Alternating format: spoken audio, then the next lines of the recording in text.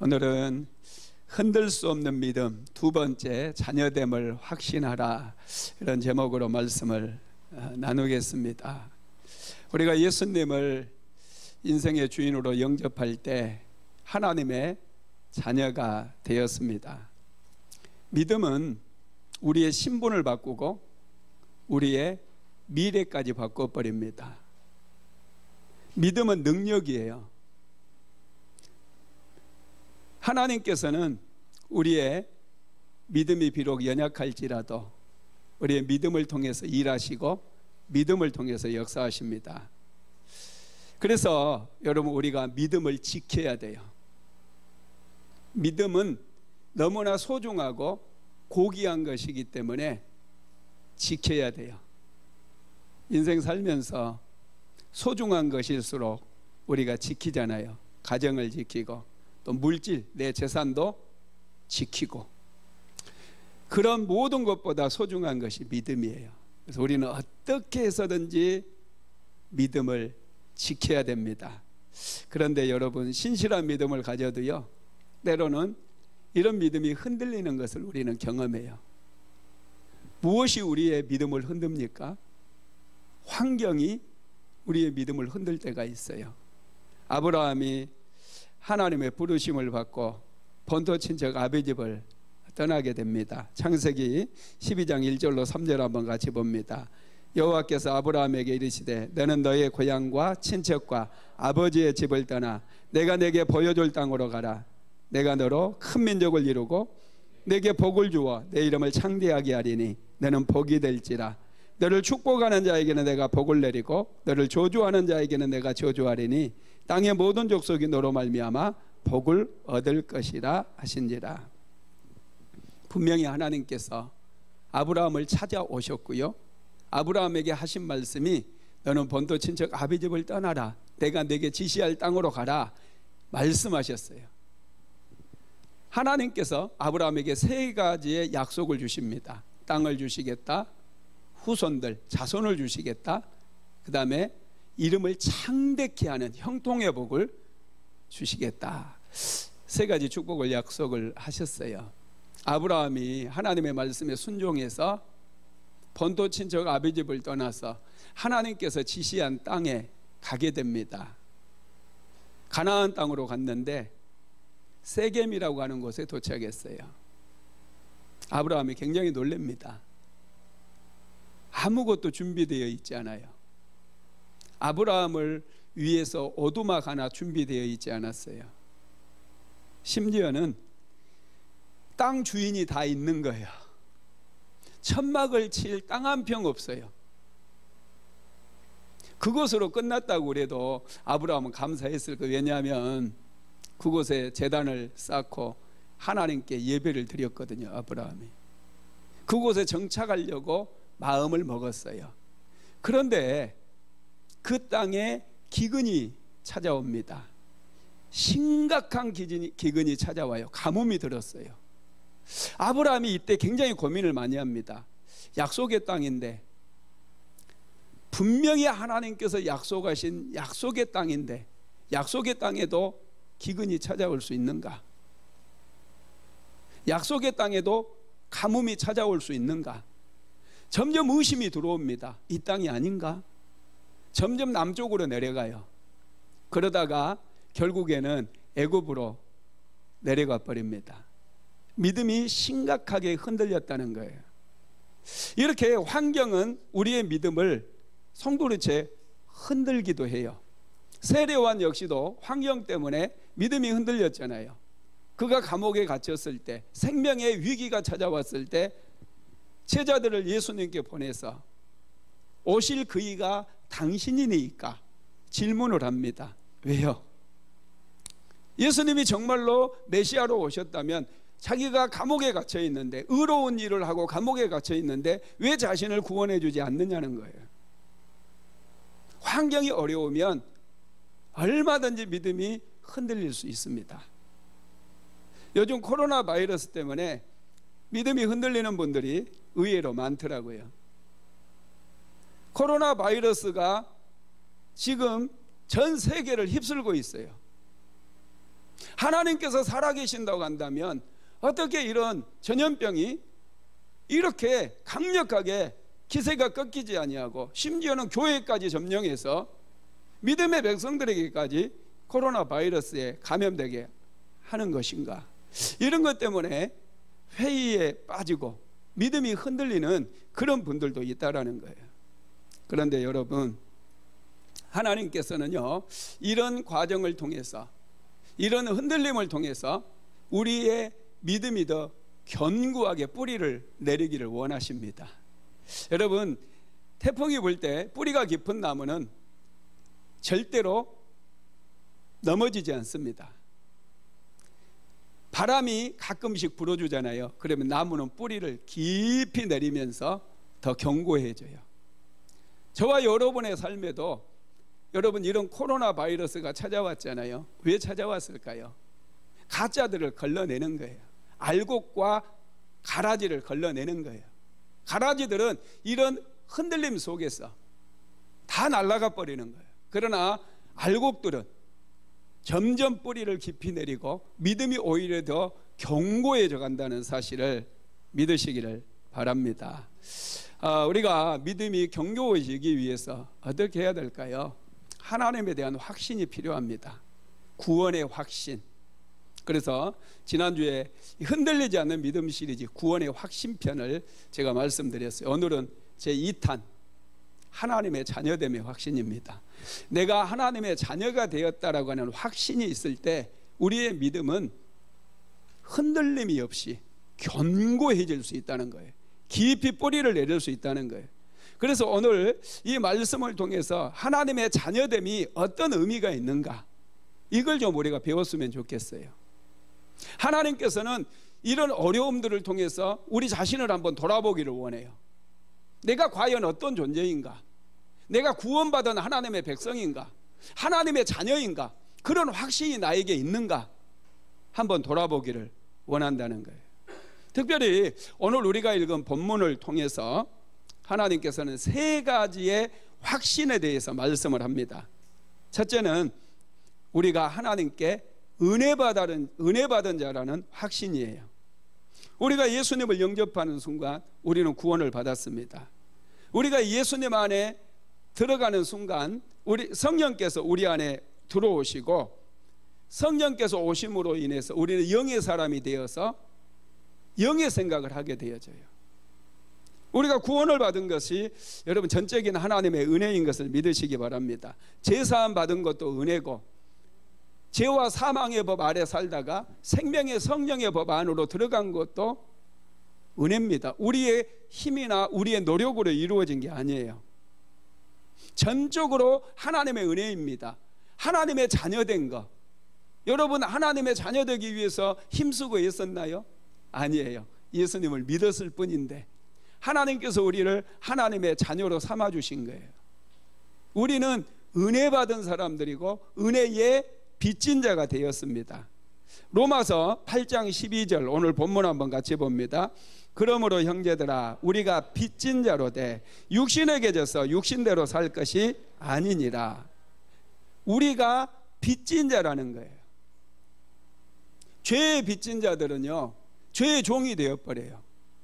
누군가가 우리가 빚을 지게 되면 그 빚진 자에게 묶이게 되어지고 매이게 되어져요. 은행에 많은 돈을 빌렸다고 생각해 보세요. 그 은행이 여러분들을 신용 상태를 실시간으로 조회를 하고 검사를 합니다. 빚을 받아내기 위해서. 그런데 하나님께서는 오늘 저와 여러분에게 우리가 은혜의 빚진 자가 되었다는 거예요. 그래서 이제는 우리가 육신대로 살면 안 된다는 거예요. 우리는 은혜의 빚진 자가 되었기 때문에 은혜에 매여야 돼요. 하나님의 은혜에 붙들려야 돼요. 그래서 하나님께서 주시는 은혜를 받고 은혜 속에서 살아야 돼요. 육체대로 살면 안 돼요. 우리는 육체의 빚진 자가 아니에요. 죄의 빚진 자가 아니에요. 은혜의 빚진 자이기 때문에 우리는 하나님께 받은 그 은혜를 힘입어서 살아야 돼요. 그래야 형통한 인생이 되어집니다. 여러분, 육신은 육체의 정욕을 의미합니다. 이 육체의 정욕은 우리로 자꾸 죄를 짓게 해요. 우리는 원래 육체의 빚진 자였어요. 죄의 빚진 자들이었어요. 그래서 죄 가운데 살다가 망할 수밖에 없었습니다. 하나님께서 은혜를 내려주셔서 예수님이 우리를 대신해서 우리의 죄값을 다 지불해 줬어요. 그래서 더 이상 우리는 죄의 빚진 자가 아니고 육신의 빚진 자가 아닙니다. 더 이상 종로로 달 필요가 없다라는 거예요. 우리는 하나님의 은혜의 빚진 자인 줄 믿으시기 바랍니다. 은혜의 빚을 진 사람이 되어지니까 죄가 더 이상 우리를 주장하지 못해요. 죄의 빚진 자가 되었을 때는 죄에 묶여가지고 죄가 우리를 끌고 가요. 더 많은 죄를 짓게 해요. 그래서 우리를 파멸로 이끌지만 이제는 하나님의 은혜의 빚진 자가 되다 보니까 죄가 우리를 더 이상 주장하지 못한다는 거예요. 자, 로마서 6장 14절 한번 같이 봅니다. 죄가 너희를 주장하지 못하리니 이는 너희가 법 아래 있지 아니하고 은혜 아래 있음이라. 이 말씀 굉장히 중요해요. 죄가 너희를 주장하지 못하려니 이는 너희가 법 아래 있는 것이 아니라 율법 아래 있는 것이 아니라 하나님의 은혜 아래 있기 때문에. 할렐루야. 예. 은혜 아래 살고 있기 때문에 우리는 은혜의 빚진 자이기 때문에 은혜 아래서 하나님께서 주시는 그 모든 은혜를 풍족하게 누리면서 기뻐하면서 살아야 된다라는 거예요. 우리는 은혜 아래 살아야 돼. 그래서 사도 바울은 우리에게 육신대로 살지 말고 성령님을 의지해서 몸의 행실을 죽이라고 말씀합니다. 자, 로마서 8장 13절 같이 봅니다. 너희가 육신대로 살면 반드시 죽을 것이로되 영으로서 몸의 행실을 죽이면 살리니. 여러분, 우리는 지금 계속해서 우리가 하나님의 자녀가 되었고 은혜의 빚진 자가 되었음에도 불구하고 여전히 우리가 세상에서 살다 보니까 죄가 또 육신의 정욕이 우리를 자꾸 끌고 가려고 한다는 거예요. 그럴 때 우리가 하나님의 성령을 힘입어서 몸의 행실을 죽이라는 거예요. 이 죄를 끊어버리라는 거예요. 죄의 유혹이 찾아와도 성령을 힘입어서 끊어버리라는 거예요. 우리의 힘으로는 이게 불가능해요. 내 능력으로는 죄를 이길 수가 없어요. 그래서 하나님께서 성령을 보내주시면서 우리가 예수님을 영접할 때 성령을 우리 안에 내주하게 하심으로 우리로 하여금 죄를 이길 수 있는 육신의 그 정욕, 그런 육체의 그런 욕구들을 끊어버릴 수 있는 성령을 우리에게 주셨어요. 그래서 영으로서 몸의 행실을 죽이면 살리니 이렇게 말씀을 합니다. 우리는 죄와 사망의 법 아래서 이제는 생명의 성령의 법 안으로 우리의 거주지가 옮겨졌어요. 그래서 얼마든지 여러분 우리는 승리할 수 있음을 믿으시기를 바랍니다. 그래서 사도 바울은 우리가 흑암의 권세에서 나와서 하나님의 은혜 아래 이미 들어갔다고 그렇게 말씀을 합니다. 앞으로 들어가는 것이 아니라 이미 들어갔다는 거예요. 그래서 그 은혜를 누리고 즐거워하며 살라는 거예요. 자, 로마서 5장 2절도 볼까요? 또한 그로 말미암아 우리가 믿음으로 서 있는 이 은혜에 들어감을 얻었으며 하나님의 영광을 바라고 즐거워하느니라. 이 말씀이 무슨 말씀이냐? 세상이 요동을 치고 흔들려도 우리가 믿음으로 하나님의 은혜에 들어감을 얻었다는 거예요. 세상이 여러분 요동을 친다 할지라도 이걸 확신하라는 거예요. 우리는 은혜의 빚진 자일 뿐만 아니라 이미 우리의 거주지는 생명의 성령의 법 안에 들어가 있다는 거예요. 그래서 흔들리지 말라는 거예요. 오히려 코로나 바이러스가 창궐하고 이런 상황 속에 놓여 있다 할지라도 하나님의 영광을 바라보고 즐거워하면서 하나님을 붙들라는 거예요. 믿음의 행진을 계속해 나아가라는 거예요. 우리를 흔들 자가 없습니다. 할렐루야. 예, 그렇습니다. 우리는 은혜 아래 살고 있습니다. 은혜로 사는 사람들은 환경에 같이 이는 풍랑에 같이 흔들거리지 않아요. 풍랑의 파고가 밀려온다 할지라도 믿음의 뿌리를 깊이 내리면서 그 폭풍우 속에서도 오히려 하나님의 영광을 바라볼 수 있고 하나님을 즐거워할 수 있다는 거예요. 얼마나 멋있는 삶입니까? 세상 사람들은 조그마한 고난이 찾아와도요, 뭐 사니 못 사니 소리 지르고 난리예요. 얼마나 세상이 시끄러운지 몰라요. 코로나 때문에 얼마나 시끄럽습니까? 굉장히 시끄럽잖아요. 뭐 직장에서 조금 뭐 이제 좀 쉽시다, 지금 회사도 힘드니까 조금 쉬다 보면 또 불러줄게요, 뭐 이러면은 얼마나 난리가 나고 막 왜 하필이면 납니까? 얼마나 우리가 막 그런 거에 민감하게 반응하는지 몰라요. 좀 여러분, 우리 믿는 사람은 달라야 돼요. 하나님을 바라봐야 돼요. 하나님을 바라보면 오히려 즐거워할 수 있다라는 거죠. 자, 두 번째로 성령께서 가장 좋은 길로 인도하신다는 그런 확신이 필요해요. 로마서 8장 14절, 오늘 본문 14절 같이 봅니다. 무릇 하나님의 영으로 인도함을 받는 사람은 곧 하나님의 아들이라. 하나님의 영으로 우리가 인도함을 받고 있다는 거예요. 이걸 확신해야 돼요. 코로나 바이러스가 계속해서 우리를 괴롭히고 성전 예배를 드리지 못하고 비대면으로 예배를 드리는 그 현장 속에서도 하나님께서 지금 우리를 성령으로 인도하고 계신다는 그런 확신이 필요해요. 가정에서 예배를 드리는 분들, 여러분 분명하게 기억하시기 바랍니다. 그 현장 속에 하나님이 지금 계십니다.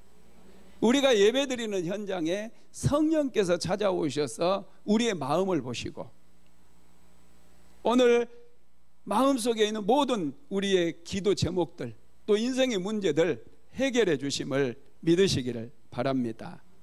성령께서 우리를 인도해 주시는데 우리를 하나님의 아들이라고 한다는 거예요. 여러분, 하나님은 우리 아버지인 거 믿으시기 바랍니다. 그런데 세상에도 아버지들이 있는데 아버지도 종류가 두 종류예요. 좋은 아버지가 있는가 하면 나쁜 아버지가 있어요. 혹시 여러분은 어떤 아버지입니까? 남자분들. 이 좋은 아버지가 있어요. 나쁜 아버지가 있어요. 좋은 아버지는 풍족해요. 약속한 것을 반드시 지켜요.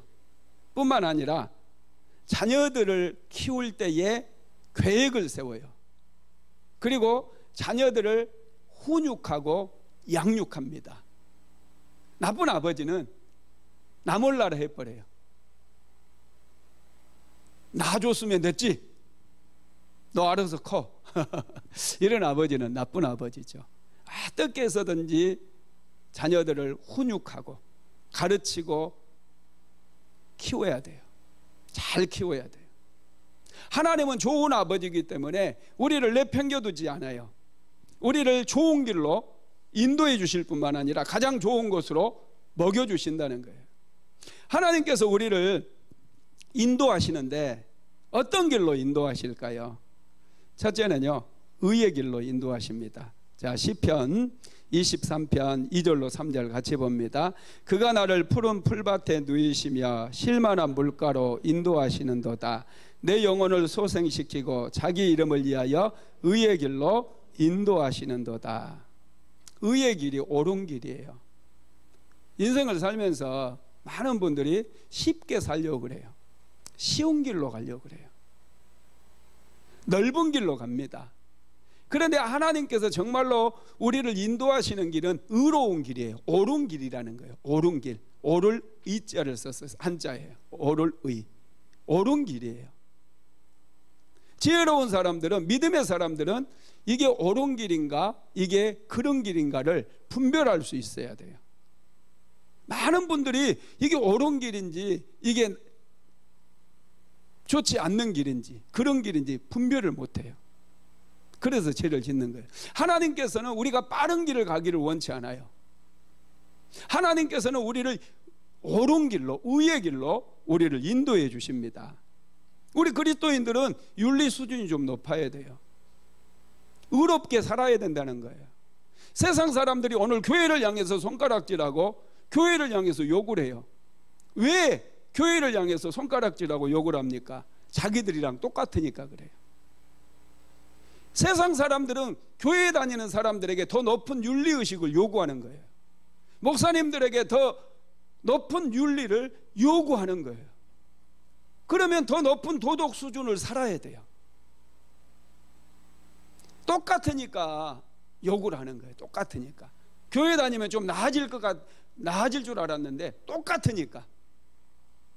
여러분, 우리 하나님께서는 우리를 의의 길로, 옳은 길로 인도한다는 거예요. 그래서 우리의 수준을 높여주시는 거예요. 두 번째로는 풍성한 생곁으로 인도하신대요. 자, 이사야서 58장 11절 한번 같이 봅니다. 여호와가 너를 항상 인도하여 메마른 곳에서도 내 영혼을 만족하게 하며 내 뼈를 견고하게 하리니 너는 물든 동산 같겠고 물이 끊어지지 아니하는 샘 같을 것이라.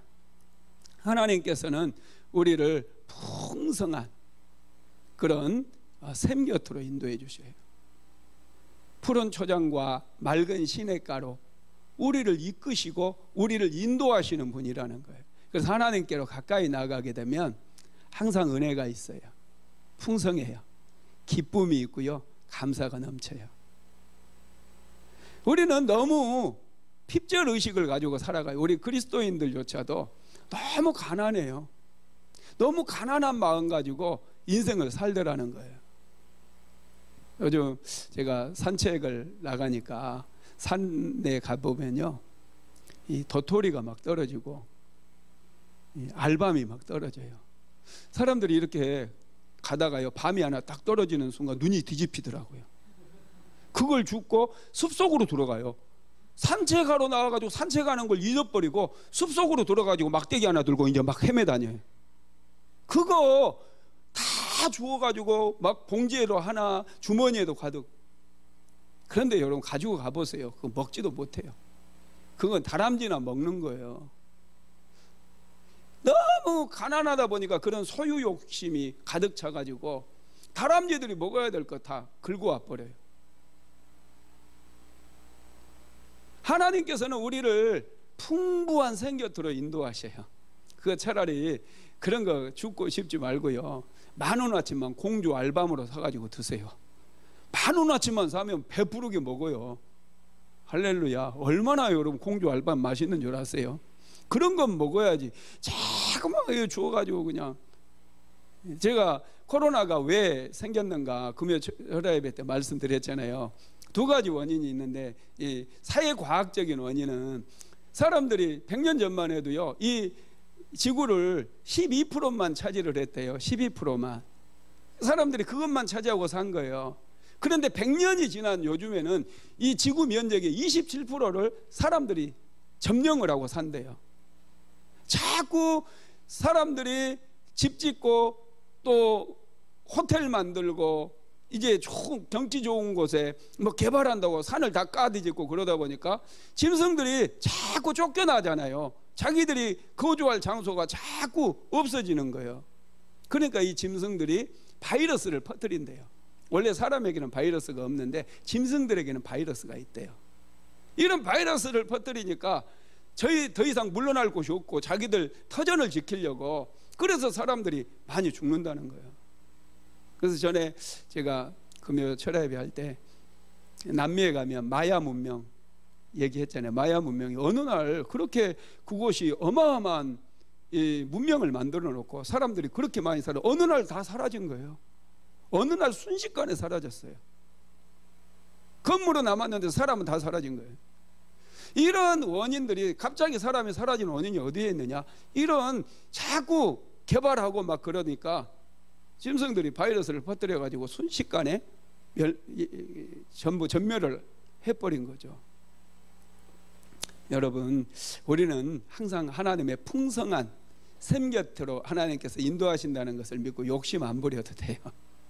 할렐루야. 욕심 안 부려도 하나님께서 은혜 주십니다. 세 번째로는 유익한 길로 인도해 주신다고 그랬어요. 이사야서 48장 17절 한번 같이 봅니다.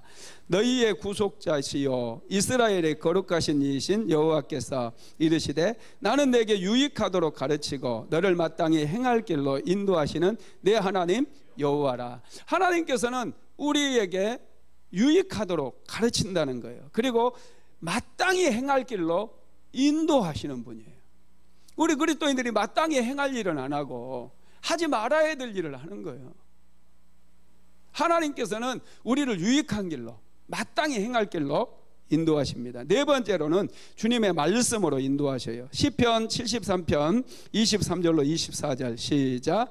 내가 항상 주와 함께하니 주께서 내 오른손을 붙드셨나이다. 주의 교훈으로 나를 인도하시고 후에는 영광으로 나를 영접하시리니. 주의 교훈으로 나를 인도한다는 거예요. 이게 뭡니까? 하나님의 말씀으로 우리를 인도하셔요. 말씀은 생명과 같아요. 하나님의 말씀이 우리 안에 차고 넘쳐야 우리의 수준이 높아져요. 하나님께서 우리에게 은혜를 주실 때는요, 깨달음을 주실 때는요, 항상 말씀을 통해서 주셔요. 말씀을 받아야 돼요. 우리의 인생은 여러분 누구의 인도를 받느냐에 따라서 완전히 달라집니다. 마귀의 인도를 받는 사람은 결국 파멸의 길로 가는 거예요.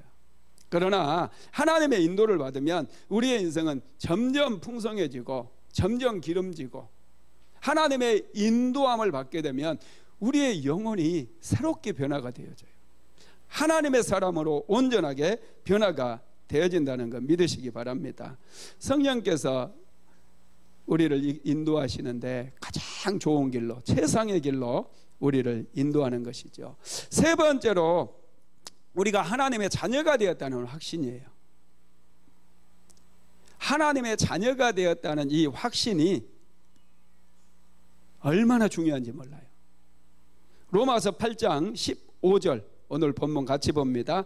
너희는 다시 무소하는 종의 영을 받지 아니하고 양자의 영을 받았으므로 우리가 아빠 아버지라고 부르짖느니라. 여기 보면 너희는 다시 무소하는 종의 영을 받지 아니하고 그랬어요. 이 말씀을 곰곰이 생각해 보면 우리가 전에는 그러면 무슨 영을 받았다는 거예요? 무소하는 종의 영을 받았다는 거예요. 무서워하는 종의 영을 받았을 때 우리는 종처럼 살았어요. 무서워하는 종의 영이 뭐냐? 그게 율법이거든요. 율법은 우리를 지적해요. 죄를 드러내버려요. 우리에게 수치를 줘요. 여러분, 율법은 죄를 깨닫게 한다고 그랬잖아요. 그래서 우리가 죄의 종이 돼버리는 거예요. 그런데 하나님께서는 이제 우리가 다시는 무서워하는 종의 영을 받지 아니하고 양자의 영을 받았다고 말씀하고 있어요. 하나님의 아들의 영, 양자의 영은 하나님의 아들의 영이잖아요. 아들의 영을 받았다는 거예요. 하나님께서는 우리가 아들이기 때문에 아들의 영을 우리에게 보내주셔서 아빠, 아버지라고 부르짖게 한대요. 자, 갈라디아서 4장 6절 같이 봅니다. 너희가 아들이므로 하나님이 그 아들의 영을 우리 마음 가운데 보내사 아빠 아버지라 부르게 하셨느니라. 우리가 자녀이기 때문에 하나님께서 양자의 영, 아들의 영을 우리 마음 가운데 보내서 우리로 하여금 하나님을 아버지라고 부르게 한다는 거예요. 와, 여러분 성경에 아들이라고 하는 말들이 나오는데요, 그게 이제 양자, 또 그 갈라디아서에 나오는 너희가 아들임으로 이랬는데 이게 이제 원래 히브리 헬라어 원어로 보면 양자라고 하는 말씀이에요. 양자라고 하는 것은 휘오데시아, 헬라어로 휘오데시아, 아들로 받아들임, 이런 뜻입니다. 우리가 하나님의 자녀로 입양이 되었다는 게 정말 놀라운 일이죠.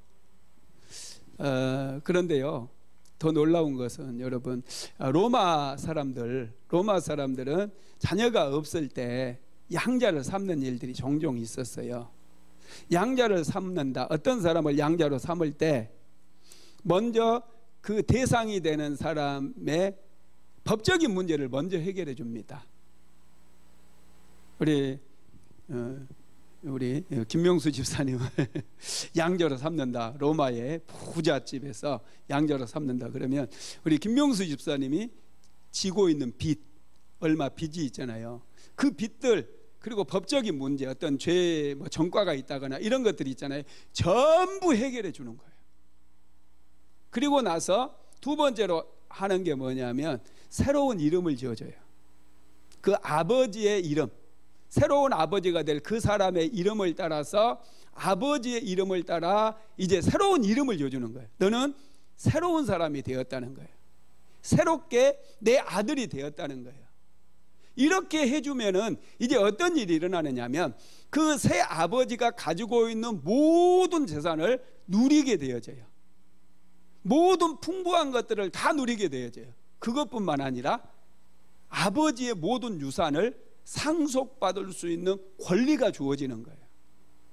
그래서 여러분, 저와 여러분이 하나님의 자녀가 되었을 때 하나님께서 이 영적인 법 안에 있는 모든 법적인 것들을 다 처리해 버렸어요. 우리가 죄를 지었는데 이 죄의 문제를 완전히 다 처리해 버린 거예요. 우리는 그래서 죄가 없어요. 하나님께서 독생자 예수 그리스도를 보내주셔서 죄 문제를, 죄값을 완전히 처리해 버림으로 법적으로 우리가 죄가 없이 된 거예요. 영적인 법 안에서 보면. 그리고 우리에게 새로운 이름을 주셨어요. 그 새로운 이름이 뭡니까? 하나님의 자녀라고 하는 그 새로운 이름. 그래서 우리가 하나님의 자녀가 되어짐으로 인해서 하나님 안에 있는 모든 좋은 것들, 모든 풍부들을 다 누릴 수 있게 된 거예요. 이 땅에서 그래서 여러분 축복을 구하고 기도하는 거 기복신앙이라고 하시는 분들도 있는데 그게 아니에요. 하나님의 자녀가 되었기 때문에 자녀들에게 여러분 좋은 거 줘요, 안 줘요? 좋은 거 주잖아요. 내가 우리 아들한테 옷도 사주고 뭐 선물도 여러 가지 사주잖아요. 근데 생판 모르는 애는 안 사주거든요. 아들이니까 아들의 필요한 것을 채워주는 거예요. 그래서 여러분, 하나님의 자녀가 되었다는, 우리가 하나님의 양자가 되었다라고 하는 사실은 엄청난 특권이 있는 거예요. 하나님 안에 있는 모든 좋은 것들을 우리가 누릴 수 있을 뿐만 아니라 그 좋은 것들을 상속받을 수 있는 상속자가 되어지는 거예요. 그래서 이제 로마서 8장 내가 당분간 계속 설교한다고 그랬잖아요. 다음 주가 이 상속자됨에 대한 확신. 할렐루야. 이 상속자됨에 대해서 알아야 돼요. 이거 너무나 중요해요. 그 설교를 다음 주에 할 거니까 개봉박두입니다. 어떤 영화보다 재밌는. 할렐루야. 여러분, 그렇습니다. 우리가 하나님의 자녀가 되는 순간 예수님과 더불어 상속자가 되어져요. 자, 로마서 8장 17절 같이 읽어봅니다. 자녀이면 또한 상속자 곧 하나님의 상속자요 그리스도와 함께한 상속자니 우리가 그와 함께 영광을 받기 위하여 고난도 함께 받아야 할 것이니라. 우리가 예수님과 함께 상속자가 되었다는 거예요. 그래서 때로는 어떻게 하라고요? 영광만 받는 것이 아니라 고난도 함께 받아야 돼. 상속자이기 때문에, 하나님의 나라를 유업으로 받은 상속자들이 되었기 때문에 때로는 우리의 삶에 고난이 있을 수 있다 없다? 있다는 거예요. 그것도 받아야지 진정한 상속자가 된다는 거예요. 여러분, 입양한 아들이요, 이제 양자가 우리가 됐다고 그랬는데 잘못을 하게 되면 모든 법적인 책임은 새아버지가 다 져주는 거예요. 다 법적인 책임 다 져요. 여러분이 자녀가 됐어요.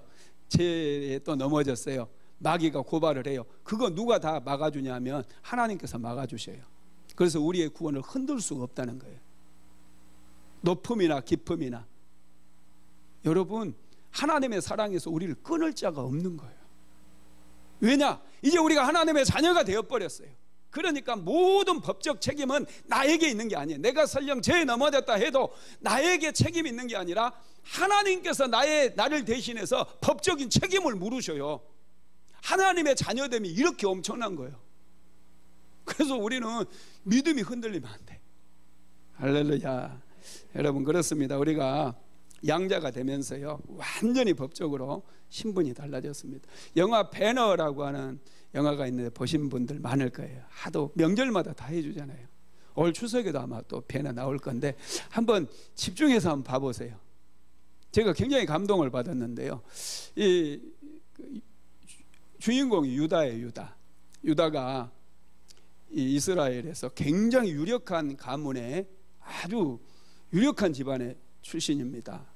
이제 예루살렘에 새로운 총독이 부임한다고 그래서 집 옥상에 올라가서 총독이 부임하는 것을 구경을 합니다. 그러다가 동생이 잘못해가지고 기아장 한 장이 밑으로 떨어진 거예요. 마치 총독이 그 밑을 지나가다가 떨어지는 기아장에 머리를 다쳐요. 난리가 나버린 거죠. 근데 그 총독의 그 호위 대장이 유다의 친구였어요. 아주 절친이었어요. 그런데 얼마든지 이게 알거든요. 실수로 떨어졌다는 것을. 그럼에도 불구하고 본때를 보여주겠다고 그 집안을 완전히 풍비박산을 내놨어요. 여동생과 그 어머니는 종을 감옥에 가둬버리고 유다는 노예로 팔려가 버립니다. 노예가 되어져요. 그래서 시중에서 이제 이 노를 젓는, 여러분 배너 보면 노 젓는 모습 많이 나오잖아요, 그죠? 유다가 막 노를 젓고 있어요. 그리고 발목은 쇠고랑 채워가지고 배가 파손되면 같이 죽을 수밖에 없는 그런 상황이에요. 이 유다가 배를 이제 몰고 이제 같이 이제 그 배를 타고 노를 젓고 가는데 이 바다에서 전쟁이 일어나잖아요. 해적선하고 전쟁이 일어나요. 그때 이제 유다가요, 이 로마의 집정관 아리우스라고 하는 사람, 그때 이제 군대 장관이었는데 그 사람의 생명을 구해 줍니다. 그것 때문에 인연이 돼가지고 유다가 로마 집정관의 양자로 입적이 되었죠. 양자가 돼버려요. 엄청난 부자였어요. 로마에서도 굉장히 실력 있는 황제 다음으로 아주 인정받는 그런 사람이 아리우스였어요. 그 아리우스가 유다를 양자로 삼아준 거예요. 그러니까요, 유다가 하루아침에 노예에서 그 어마어마한 권세자의 아들이 돼버린 거예요. 상속자의 그 반지, 아리우스가 차고 있었던 반지를 유다에게 끼워줘요. 그 집안의 모든 재산이 유다에게 넘어와 버려요. 나중에 고향으로 돌아와서 무너졌던 자기 집안을 다시 세우잖아요.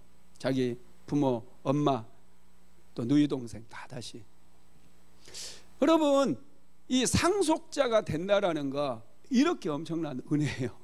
우리가 하나님의 상속자가 되었다라는 거 믿으시기 바랍니다. 그러면 하나님의 양자가 된 우리가 누릴 수 있는 은혜가 무엇일까? 이게 중요하거든요. 우리가 누릴 수 있는 은혜가, 첫째는 하나님을 아빠, 아버지라고 부를 수 있게 되었어요. 로마서 8장 15절 다시 봅니다.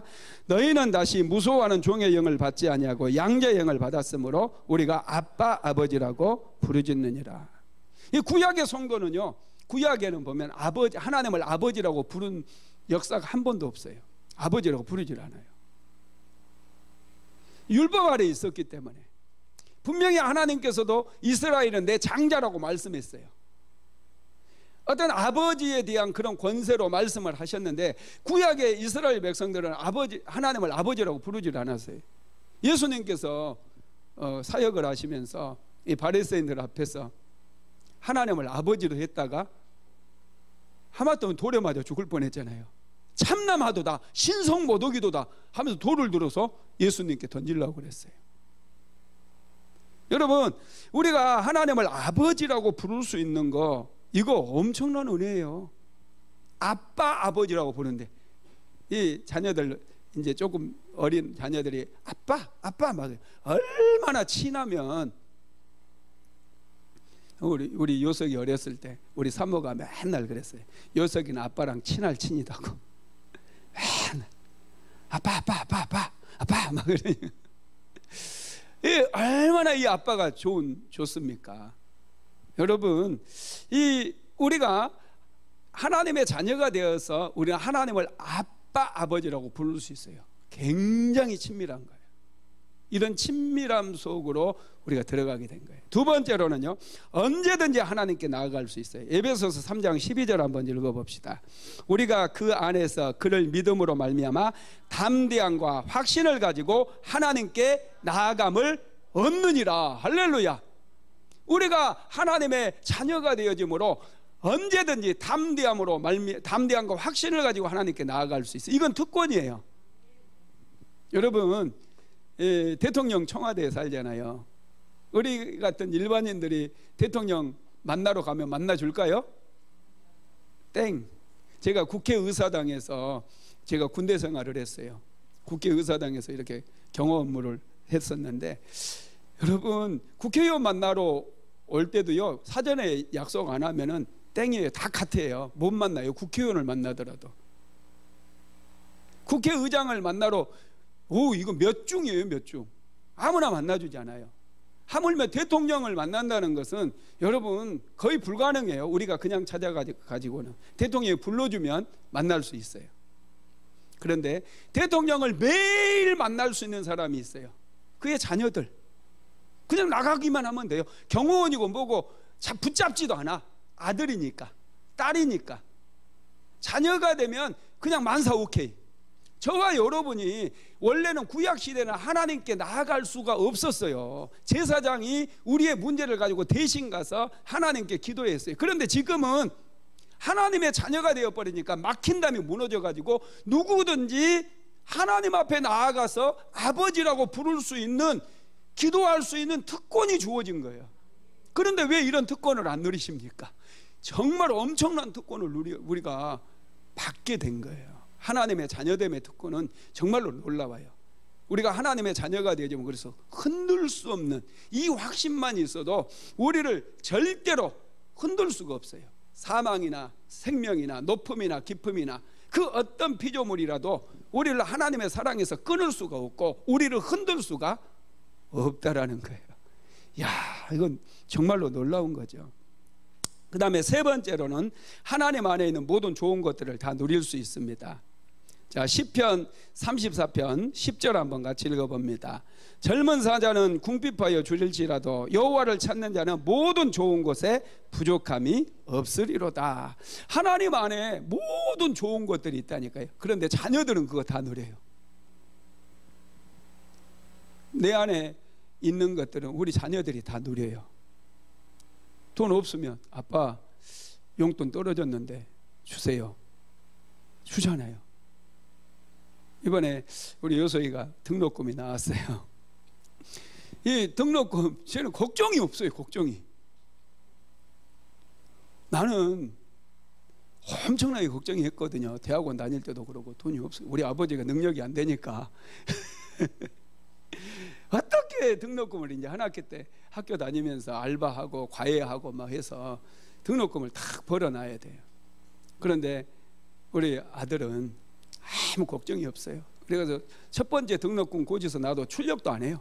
두 번째 나와도 출력도 안 해요. 야, 너 등록금 안 나왔냐? 이렇게 몇 번 얘기해야 그때서야 들어가서 확인해가지고 딱 출력해가지고 이제 사진으로 보내주면 끝이에요.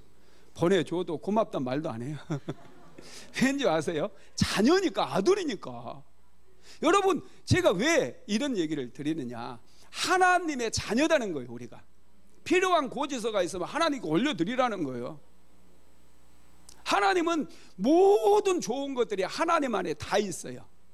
그래서 여러분, 이것을 우리가 누릴 수 있다는 거예요. 이 좋은 것들을 우리에게 누릴 수 있는 특권을 하나님께서 주셨다는 거예요. 시편 38편 10절 다시 보세요. 젊은 사자는 궁핍하여 줄일지라도. 젊은 사자가 얼마나 힘이 센데 궁핍하고 줄이겠습니까? 그런데 제가 지난번에 그 읽은 책 잠깐 얘기했잖아요. 사자도 굶어서 죽는데요. 젊은 사자도 굶주려서 죽는 사자가 굉장히 많더라고요. 그런데 여호와를 찾는 자는 믿는 자가 아니에요. 여기서 뭐 하는 자가? 여호와를 찾는 자는 모든 좋은 것에 부족함이 없으리로다. 하나님을 찾으라는 거예요.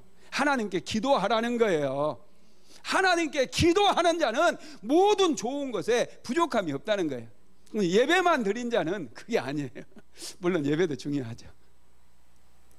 네 번째, 성령님이 우리가 하나님의 자녀됨을 증언해 준다고 그랬어요. 자, 로마서 8장 16절 같이 봅니다. 성령이 친히 우리 영과 더불어 우리가 하나님의 자녀인 것을 증언하시나니. 성령님께서 친히 우리가 하나님의 자녀인 것을 증언해 준대요. 그러니 너희들은 종처럼 살지 말고 뭐처럼 살라고? 자녀처럼 살라는 거예요. 종처럼 사는 사람들이 너무나 많아요. 교회 안에. 종처럼 사는 사람이 얼마나 많은지 몰라. 여러분, 종과 주인의 차이가 뭘까요? 주인은요 항상 여유가 있어요. 넘쳐요. 항상 다른 사람을 배려해요. 종은 자기밖에 몰라요. 자기 것만 챙겨요. 주인은 부요의식을 가지고 있어요. 아버지께, 나는 아버지가 있는데 그 아버지가 부자야. 항상 이런 풍부의식이 있어요. 그런데 종은요 항상 없다고 그래요. 이것도 없고 저것도 없고 핍절의식을 가지고 있어요. 주인은요 그리고 자기 걸 소중히 여겨요. 소중히 자기에게 있는 것을 굉장히 소중히 여깁니다. 그런데 종은요 자기에게 있는 것은 보지 않고 남이 가진 것만 크게 보고 부러워하고, 그게 여러분 종의 사는 방법이에요. 제가 전에 우리 사모가 유튜브를 보고, 그 신명숙 변호사가 운영하는 유튜브를 보고 본처 기질이 있고 첩의 기질이 있다, 그런 얘기를 하면서 막 같이 웃은 적이 있거든요. 그래서 한번 들어가서 저도 봤어요. 그랬더니 여자들 중에 본처 기질이 있는 사람이 있고 첩의 기질이 있는 사람이 있대요. 여러분은 어떤 기질인가 한번 테스트 해보세요. 본처 기질을 가진 사람은 남편이 돈을 벌어오면 미래를 위해서 차근차근 저축을 한대요. 첩의 기질을 가진 사람은 그냥 자기 사고 싶은 거 얼른 가서 사버린대. 남편은 하나도 안 사주고 자기 것만, 비싼 명품 가방도 사고. 본처 기질을 가진 사람은요 남편의 약점을 많이 지적을 한대요. 이건 좀 고쳐야 돼요. 본처 기질 가진 남편이 못하는 것만 막 뭐 이것도 못하고.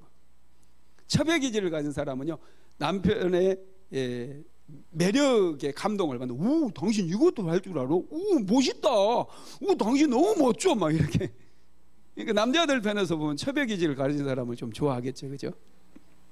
그 다음에 세 번째로는 본처 기질을 가진 사람은 굉장히 이제 혹시 남편하고 헤어지거나 그럴 때 굉장히 아파한대요. 우리가 같이 살아온 세월이 얼만데 막 이걸 이제 안타고 하는 거예요. 그런데 첩의 기질을 가진 사람은요 헤어지면 얼마 줄 건데? 돈을 막 이 돈 계산을 하는 거예요. 돈 계산. 뭐 다른 거 필요 없어. 딱 끝. 돈 계산 막 돈. 여러분, 이것처럼 종의 기질을 가진 사람이 있고 주인 의식을 가진 사람이 있어요. 우리 그리스도인들은 여러분 주인 의식이 있어야 돼. 주인 의식이. 하나님의 자녀라고 하는 것은 아버지 것을 소유했다는 거예요. 상속했다는 거예요. 아버지 것이 다 내 거예요. 그러니까 우리는 부요 의식이 있어야 돼요. 우리 너무 가난 의식에 찌들리면 안 된다는 거예요. 풍부 의식에 사로잡히게 되기를 주님의 이름으로 축원합니다. 말씀을 마무리하겠습니다. 하나님은 우리 작은 믿음도, 연약한 믿음도 굉장히 소중히 여깁니다. 하지만은 우리의 믿음이 점점 성장하시기를 원해요. 우리는 더 이상 육체의 빚진 자가 아니고 하나님의 은혜에 빚진 자가 되었어요. 우리는 죄에 매여 살 필요가 없어요. 하나님의 은혜와 하나님의 긍휼과 그 자비, 그곳에 빚진 자이기 때문에 그 은혜를 누리면 돼요. 코로나 바이러스가 창궐 하고 우리의 삶을 옥죄고 심지어 직장에서 쫓겨나고 사업장이 문을 닫을 위기에 있다 할지라도 하나님의 영광을 보면서 즐거워하고 기뻐하라는 거예요. 하나님 안에 모든 좋은 것이 있기 때문에 여러분, 그렇게 하다 보면 하나님께서 우리 인생 책임져 주시고 채워주셔요. 근심하고 걱정한다고 여러분, 우리가 문제가 해결되면 얼마나 좋아요. 해결이 안 돼요.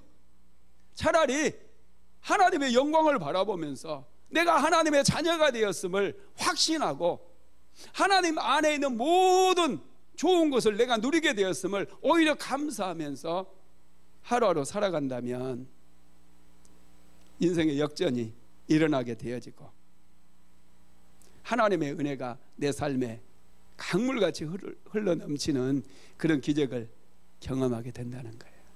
믿으시기를 바랍니다.